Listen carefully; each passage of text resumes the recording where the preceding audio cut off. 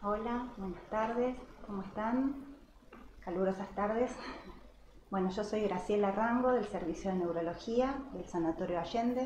Yo estoy en la sede del Cerro y bueno, vamos a hablar un poquito de mareo, de desequilibrio, de esos síntomas que cuando se presentan nos apabullan en general. Les cuento que la especialidad dentro de la neurología que se dedica a esto se llama neurootología, es mi área de interés dentro de la neurología y bueno, digamos, abarca esto de los trastornos del equilibrio, entendiéndose por el equilibrio propiamente dicho para estar de pie, para caminar, o el equilibrio en poder estabilizar la mirada, ¿sí? Nosotros muchas veces hemos sentido mareo, muchas veces hemos tratado de definir algún síntoma como mareo. Y la verdad es que mareo es un término impreciso, es un término que sirve para un montón de cosas. Entonces la idea de este ratito que nos vamos a encontrar es tratar de ponerle un nombre un poquito más preciso a los síntomas, tratar de entender qué significan, tratar de entender cómo los abarcamos nosotros, los médicos, qué es lo que pensamos cuando vienen ustedes y nos dicen que tienen mareo, qué es lo que hacemos, cómo los estudiamos y bueno, y a lo mejor llegamos a hablar un poquito de cómo lo abordamos, cómo lo tratamos, qué recomendaciones le damos, ¿sí? ¿Qué le sugerimos? Así que aprovechen, vayan mandando consultas si tienen ganas. Yo les agradezco un montón que tengan este interés en conectarse, en escuchar un ratito de algo frecuente. La verdad es que es re frecuente la consulta de mareo. Yo creo que después de dolor de cabeza es la segunda causa de consulta. Como dije, todos nos mareamos alguna vez. Así que está buenísimo que tratemos de no asustarnos con un síntoma, porque a veces puede ser dramático la forma de presentación. Sin embargo, quedémonos tranquilos porque las más de las veces obedecen a causas, digamos, nimias, vamos a poner un término así. Las más de las veces no son problemas graves, sin embargo, merecen la consulta y merecen el abordaje. Esta área de la neurología, que como les dije se llama neurootología, de repente puede estar compartida o puede también ser abordada por los otorrinos. Entonces a veces ustedes frente a un síntoma no saben para qué lado correr. Les dicen, anda al traumatólogo porque son las cervicales. Otros les dicen, anda al otorrino porque es el oído. Otros te dicen, anda al neurólogo porque puede ser una ACV. Y lo único que hacen es marearlos más, obviamente. Entonces vamos a tratar de ver de qué manera podemos ayudarles con las definiciones, con los síntomas, para orientarlos. Pero sí les quiero comentar que, como les dije, puede haber un área de interés que se comparte con la otorrinolaringología, ¿sí? Hay muchos otorrinos que se dedican a todo lo que es la porción interna del oído, donde está una estructura que se llama laberinto, que es como un sensor de nuestra posición en el espacio. Por ende, hay muchos otorrinos que se dedican a estos trastornos del equilibrio. Por supuesto que el equilibrio es una función compleja de nuestro sistema sensorial que se combina con otras funciones sensoriales. Por eso realmente es un aspecto neurológico de toda nuestra capacidad sensorial y muchas veces va mucho más allá de un problema del oído interno. Pero bueno, es cierto que hay muchos otorrinos que se dedican a esto, que son otoneurólogos y que muy bien identifican las causas que nosotros llamamos periféricas porque son del oído y las tratan perfectamente, ¿sí? Y otras veces, cuando son problemas neurológicos, bueno, recurren a los neurólogos que nos dedicamos a esto. Como yo les dije recién, el trastorno del equilibrio es un espectro amplio, ¿sí? Entonces, cuando nosotros hablamos de mareo, de repente podemos estar hablando de una sensación de embotamiento, podemos estar hablando de inestabilidad al estar de pie o al caminar, podemos estar hablando de la ilusión de que las cosas se nos mueven delante, de que giran delante de nosotros, ya sea en el plano horizontal, ya sea en el plano vertical, o que oscilan, se nos mueven, ¿sí? Entonces, la verdad es que son todos síntomas un poquito más identificables y vamos a ver que se pueden corresponder con algunas patologías específicas. Entonces, ese término tan inespecífico como es mareo, vamos a tratar de ponerle un poquito de precisión, porque seguramente después cuando alguien les pregunta qué es lo que sentís, ustedes mismos lo van a poder definir, ¿sí? Nosotros podemos decir mareo, como les dije, cuando la cabeza está embotada. Podemos decir mareo cuando tenemos una sensación inminente de que nos vamos a desmayar, que en realidad eso nos remite más a algo hemodinámico, como que nos baja la tensión, ¿sí? Y en realidad estamos entrando casi en un trastorno del sensorio, de la conciencia, ¿sí? Por una lipotimia. Y esos no son síntomas de un trastorno de este sistema sensorial del equilibrio, ¿sí? Que se llama sistema vestibular. Nosotros tratamos de definir los síntomas vestibulares un poquito más precisamente. Por eso cuando tienen una consulta con un profesional, generalmente les va a preguntar, a ver, definime si tu mareo es vértigo. Entonces yo les voy a contar que vértigo es lo que nosotros llamamos ilusión de movimiento. Y esa ilusión de movimiento puede ser, como les dije, muy intensa, ¿sí? Sensación de giro del entorno o sensación de giro de mí mismo. O a veces simplemente algo que se llama oscilopsia, ¿sí? Que es que se nos mueve el plano, lo que nosotros vemos. A eso lo definimos vértigo y en realidad supone un trastorno en el mecanismo que le da estabilidad a la mirada, ¿sí? Que es una de las funciones más importantes de este sistema que se llama vestibular. Otra forma de definir nuestro mareo es el desequilibrio, es la dificultad para estar estables cuando estamos parados, cuando vamos caminando, ¿sí? No podemos, necesitamos, como yo siempre digo, una tercera pata, necesitamos la mano cerca de la pared, o la mano cerca de la silla, o la mano cerca de la mesa, o necesitamos ir tomados de alguien. Entonces, quizá les preguntamos, ¿pero les giran las cosas alrededor? No, dicen, ¿sí? Ah, bueno, entonces debe ser otra cosa. No, también nos puede estar remitiendo a una patología del sistema vestibular. Cuando nosotros hablamos de sistema vestibular, estamos hablando de una de las patitas de un trípode, como digo yo, que es el equilibrio, ¿sí? Equilibrio, que es un sistema, digamos, hace referencia a una función sensorial, es un sistema multisensorial, como les dije, ¿no? Entonces, hay una patita de ese sistema sensorial del equilibrio que es el sistema vestibular, que es específicamente el que estudiamos desde la neurootología, pero también hay un montón de otras alteraciones sensoriales que nos pueden dar alteraciones en el equilibrio. El otro pie de este trípode que es el equilibrio está puesto en el sistema visual, ¿sí? En las referencias visuales que nosotros podemos tener de nuestro plano vertical, de nuestro plano horizontal, de la capacidad de ver tridimensionalmente, en profundidad. Y otro de las patitas de ese trípode del equilibrio es lo que nosotros llamamos sistema propioceptivo. Ustedes saben que el cuerpo siente al propio cuerpo, ¿sí? Nosotros podemos sentir sin necesidad de ver que estamos parados en una superficie que tiene inclinación en relación a un plano horizontal que nosotros tenemos en nuestra construcción mental, ¿sí?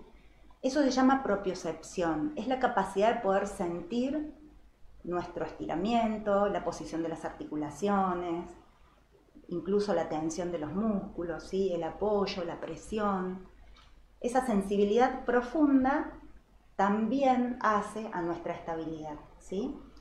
Entonces, nosotros podemos tener un trastorno por alguna falla en alguno de estos tres patitas de este trípode que hacen al equilibrio: el sistema vestibular, el sistema visual o el sistema que nosotros llamamos propioceptivo. Y se van a manifestar de una manera distinta que después vamos a terminar diciendo mareo. Entonces, por lo menos ya vamos a tratar de ir cerrando unas definiciones, que es vértigo, ilusión de movimiento del entorno, o de movimiento de mí mismo, que es desequilibrio, es esa dificultad para mantenerme en posición, la postura, los segmentos de mi cuerpo alineados en el espacio, estática o dinámicamente, de pie o caminando, pero no tengo esta sensación de giro, de movimiento del entorno, ¿sí? Entonces, hilando un poquito más fino, cuando yo tengo un trastorno de este sistema vestibular que les decía, alguna de estas dos manifestaciones voy a tener. ¿Por qué? Porque este sistema vestibular tiene órganos y tiene una serie de reflejos que van a contribuir a esa función del equilibrio. ¿Cómo es esto? Vamos a meternos adentro del oído interno, ¿sí? Entonces tienen el pabellón de la oreja, tienen un huequito por donde entra el aire, que es el conducto auditivo externo, después tienen una membranita que es el tímpano, después tienen un oído medio donde están los huesitos que vibran cuando los sonidos llegan, y adentro, bien adentro de un hueso que tenemos acá, dentro del temporal, que se llama peñasco, tenemos ese oído interno. Ahí tenemos una estructura que se llama laberinto. Ese laberinto va a registrar la posición de nuestra cabeza en el espacio y va a permitir que este sistema vestibular registre qué posición tenemos, si es que nos movemos, para dar una serie de reflejos que, digamos, son función del sistema nervioso, que van a tener el objetivo de darle estabilidad a la mirada y estabilidad a la postura a través de unos reflejos especiales importantes que se llaman óculo vestibular, vestíbulo espinal. Entonces, cuando yo tengo una falla en este mecanismo, ¿sí? Ya sea en mi oído interno, ya sea en la vía que me manda la información al cerebro, ya sea en el cerebro en cómo responde, yo no voy a poder estabilizar bien mi mirada porque voy a tener un trastorno en ese reflejo oculovestibular. Y no voy a poder estabilizar bien mi balance, mi postura, porque voy a tener un trastorno en ese otro reflejo que tiene que ver con poder alinear los segmentos de mi cuerpo, ¿sí? Obviamente que si yo encima tengo otro trastorno sensorial visual u otro trastorno sensorial en cómo sienten mis pies, por ejemplo, y se me va a empeorar la situación, ¿ok? Entonces, cuando yo hablo de ilusión de movimiento del entorno, de ilusión de que se me mueven, no sé, las paredes, de que se me mueve el ambiente, en realidad estoy haciendo referencia a que no puedo estabilizar bien las imágenes en mi retina. Y entonces eso me lleva a pensar que tengo un trastorno en este sistema vestibular, ¿sí? Que debiera estar dejando mis ojos, las bolitas de mis ojos quietas en la órbita para que yo pueda mover la cabeza y que la imagen se quede nítida en mi retina. Ese reflejo, si hay un trastorno en estos mecanismos, va a fallar y entonces me va a dar vértigo, ¿sí? ¿Cómo se puede manifestar ese vértigo? Y ese vértigo se puede manifestar de diferentes maneras, lo que me va a hacer pensar en diferentes causas. Yo puedo tener ese vértigo de presentación aguda, ¿sí? Así dramática, intensa. De repente abro los ojos y se me gira todo alrededor. Es muy feo, muy molesto y realmente asusta un montón cuando uno lo percibe. Y no es más que no poder dejar la imagen en mi retina. Entonces, puedo tener un vértigo agudo y prolongado que me dure minutos, horas, hasta algunos días, ¿sí? O puedo tener un vértigo que sea cortito, fugaz. Hago un movimiento de cabeza, se me mueve todo un ratito y pasa, ¿sí? Son dos formas diferentes de lo mismo. A uno lo llamamos vértigo prolongado, al otro lo llamamos vértigo episódico, ¿sí? Sin embargo, nos están haciendo referencia a lo mismo, a no poder estabilizar la mirada. En cambio, puedo tener desequilibrio, ¿sí? Puedo ir caminando y estoy hablando y de repente no puedo seguir la línea media, me voy para un costado y no hay forma y me llevo por delante los marcos de la puerta y me levanto de la silla y roto porque quiero ir, no sé, a la cocina a buscar algo y ando a las chuequeadas, como digo yo. Y en realidad también estoy teniendo un trastorno en mi sistema vestibular, porque no estoy pudiendo sostener la alineación de los segmentos de mi cuerpo contra la gravedad en el movimiento, ¿sí? Sin embargo, ahí no me van a girar las cosas, no se me van a mover las cosas, yo no voy a poder. Y estoy haciendo referencia igualmente a un trastorno del sistema vestibular. Por supuesto que estoy resumiendo un montón porque hay otras causas que me pueden dar, ¿sí?, un desequilibrio semejante, otras causas neurológicas, ¿sí? Pero básicamente el sistema del equilibrio también me puede, el sistema vestibular propiamente dicho, también me puede dar ese tipo de desequilibrio. Como yo les dije, las estructuras que intervienen en todos estos procesos están ubicadas en el oído. Por lo tanto, a veces yo puedo tener un trastorno de mi estabilidad asociado a síntomas auditivos, ¿sí? Otras veces puedo tener un trastorno en esta estabilidad en la mirada asociado a otros síntomas neurológicos, ¿sí?, que puede ser variado, que puede ser una visión doble, que puede ser una alteración en el campo visual, que puede ser la debilidad en alguna mano, ¿sí?, en una pierna, que puede ser un trastorno en la coordinación de un movimiento asociado a esto de no poder estabilizar las imágenes en mi retina. Entonces, la variedad de causas que me puede dar esto son unas cuantas. Pero como les dije, no siempre son patologías graves. Las más de las veces son patologías benignas, ¿sí? Yo les contaba que podíamos tener un vértigo cortito, un vértigo episódico que dura muy breve, y a veces ese vértigo puede presentarse exclusivamente con un movimiento. Es una de las causas más comunes de consulta. Me levanto a la mañana, abro los ojos y en el momento que me estoy incorporando se me gira todo rápido que tengo que agarrarme de la cama o me tengo que volver a acostar. En general es dramático, como digo yo siempre, sobre todo si uno no ha escuchado que existe la posibilidad de que eso pase. Pero después de unos segundos, 5 segundos, 10 segundos como máximo, pasó.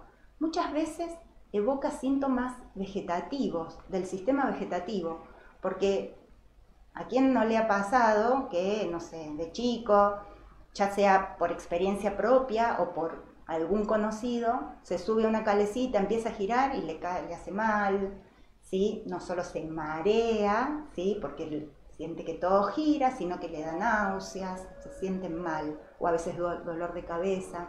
Entonces, la realidad es que este síntoma vestibular da síntomas vegetativos, reflejos vegetativos, y ese reflejo vegetativo puede dar náuseas, puede dar vómitos. Entonces, tras que me levanto medio dormido, me gira todo alrededor, encima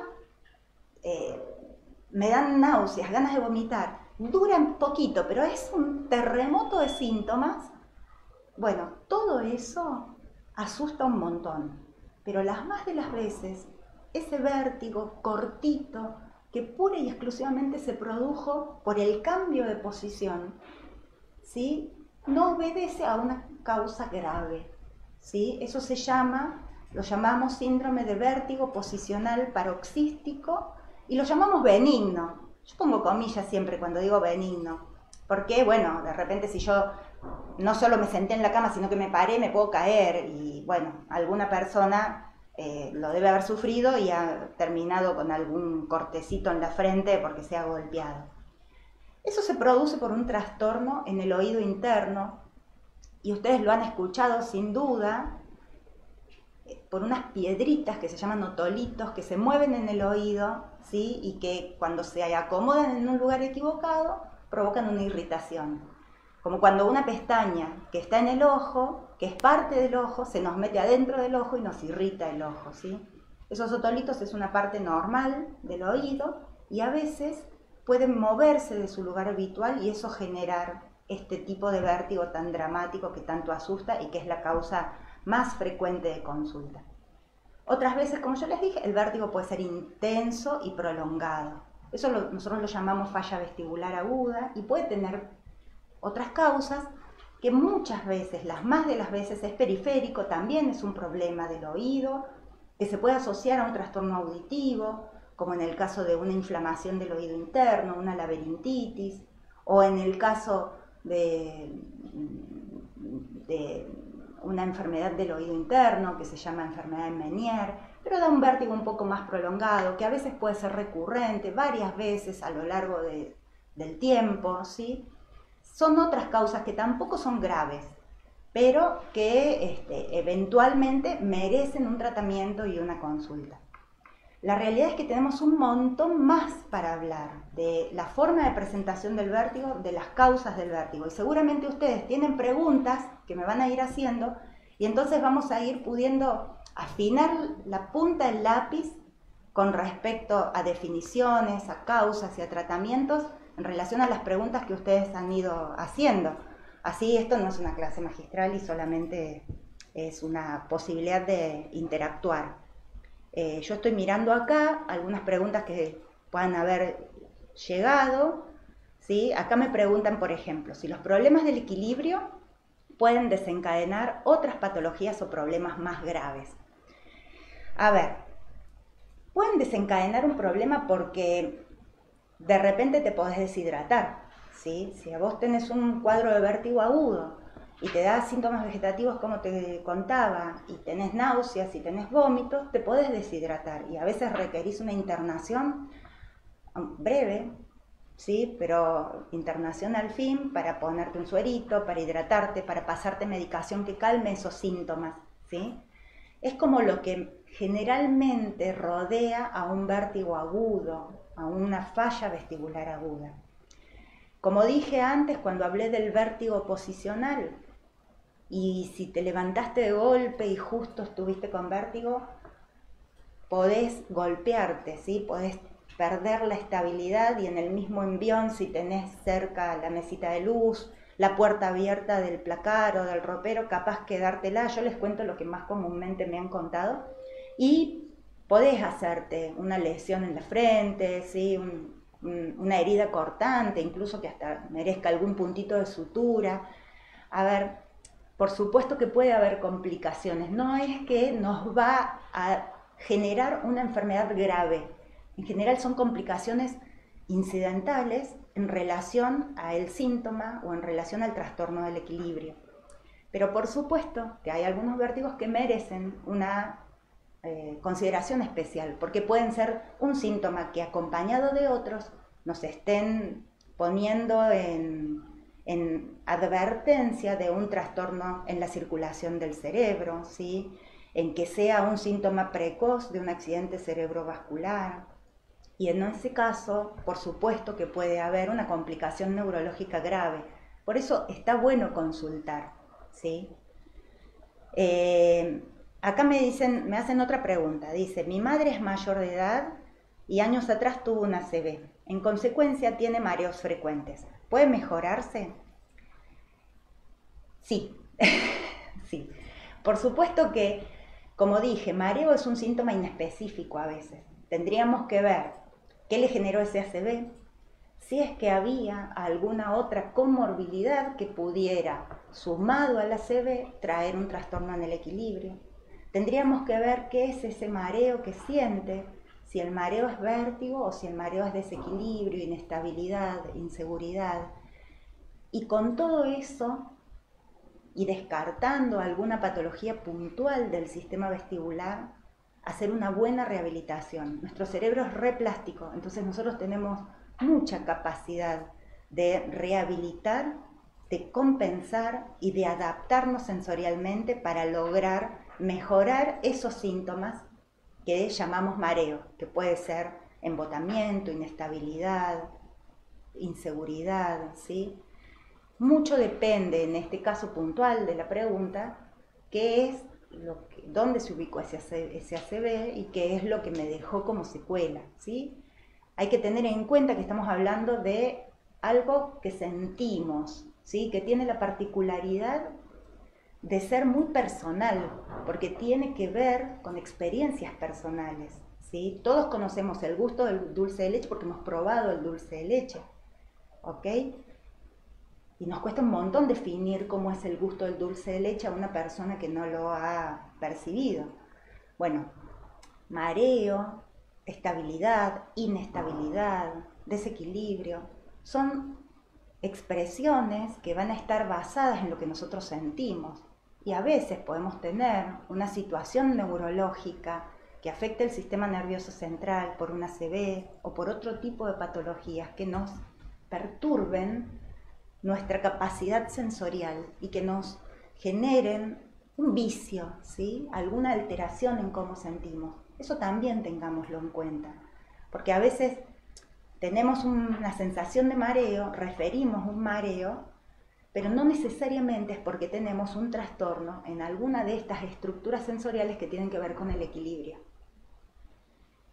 Otra pregunta que me hacen es si la hipoglucemia puede dar vértigo, vómitos y sudoración. Sí, ¿sí?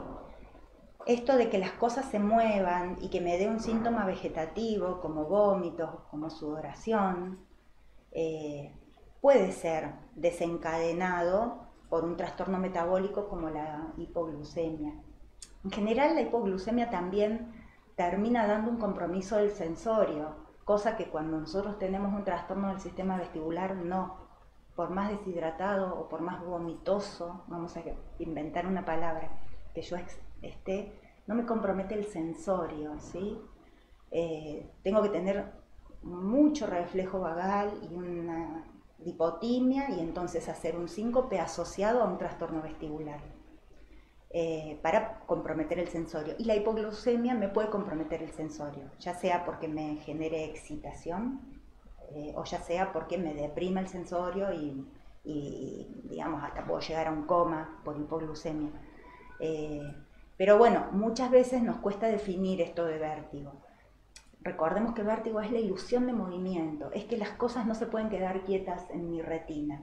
Entonces, en general la hipoglucemia da esto que nosotros vamos a llamar mareo, algo que no es tan preciso como que no puedo estabilizar la imagen en mi retina.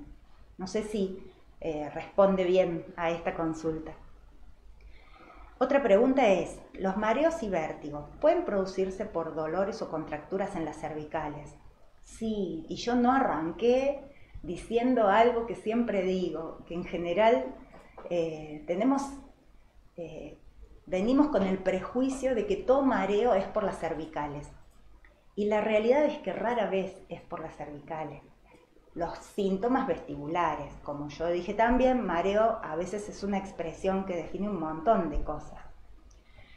Vieron que yo les contaba que nuestro sistema interno de sensibilidad, que se llama propiocepción, nos da la capacidad de sentir nuestro propio cuerpo, ¿sí?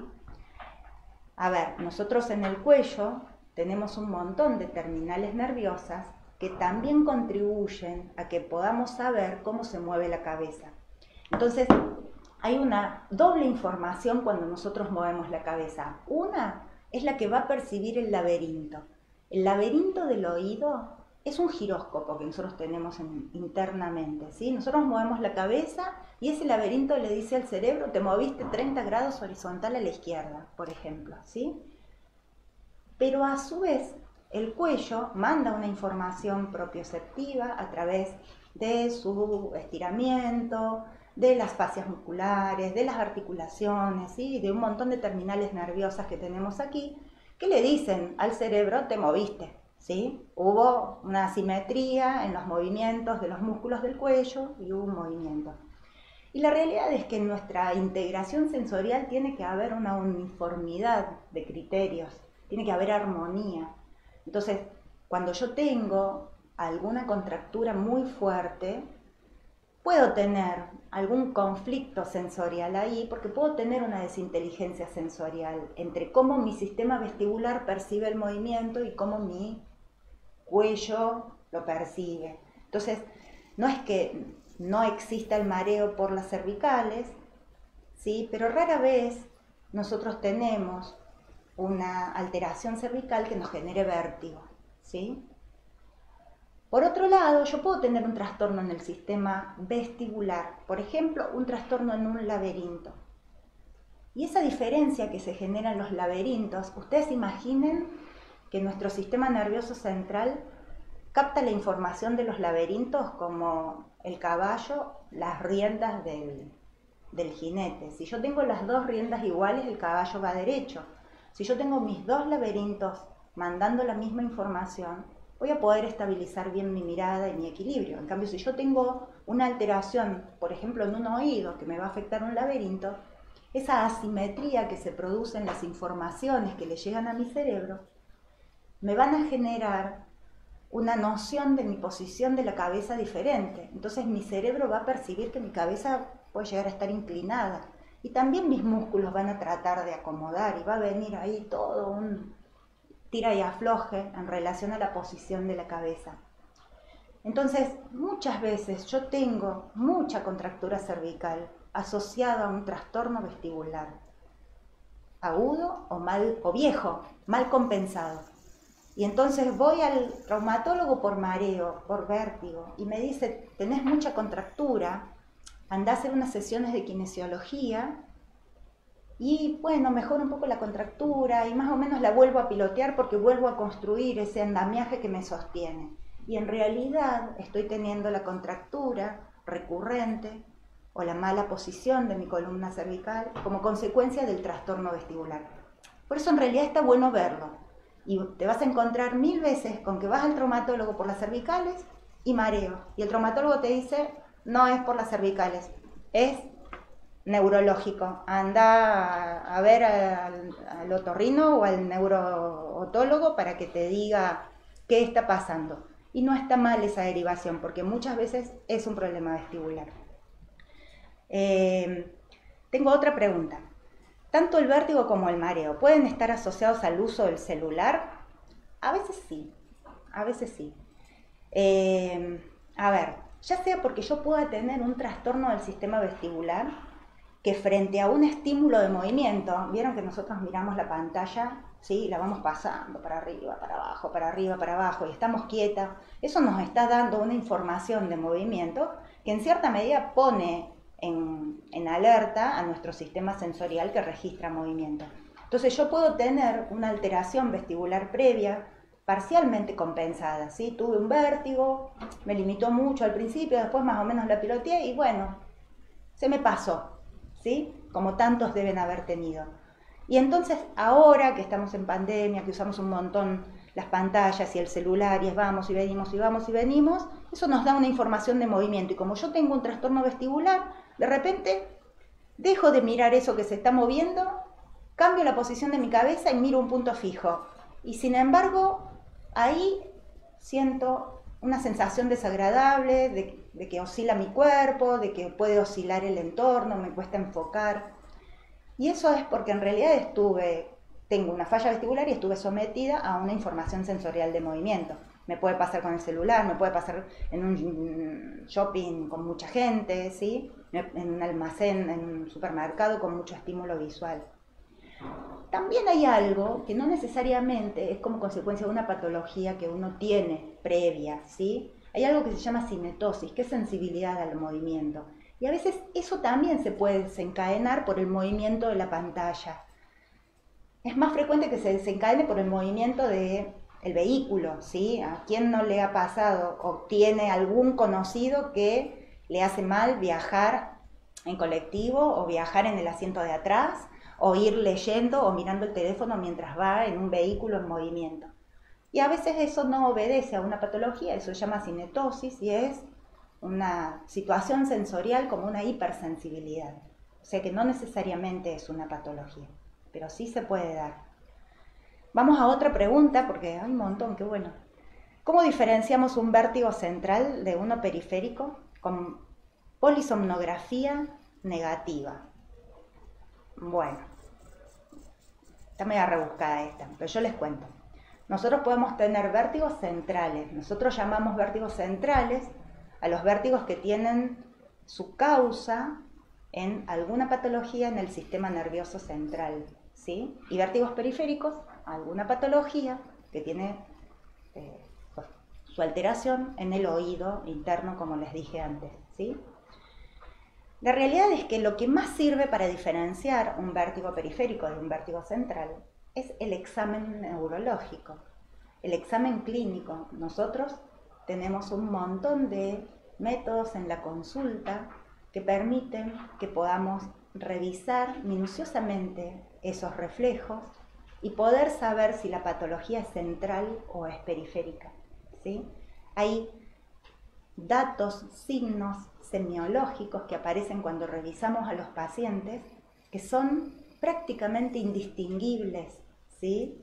Que nos permiten una buena definición, ¿sí? Es muy alcahuete la semiología del sistema nervioso central y del sistema nervioso periférico.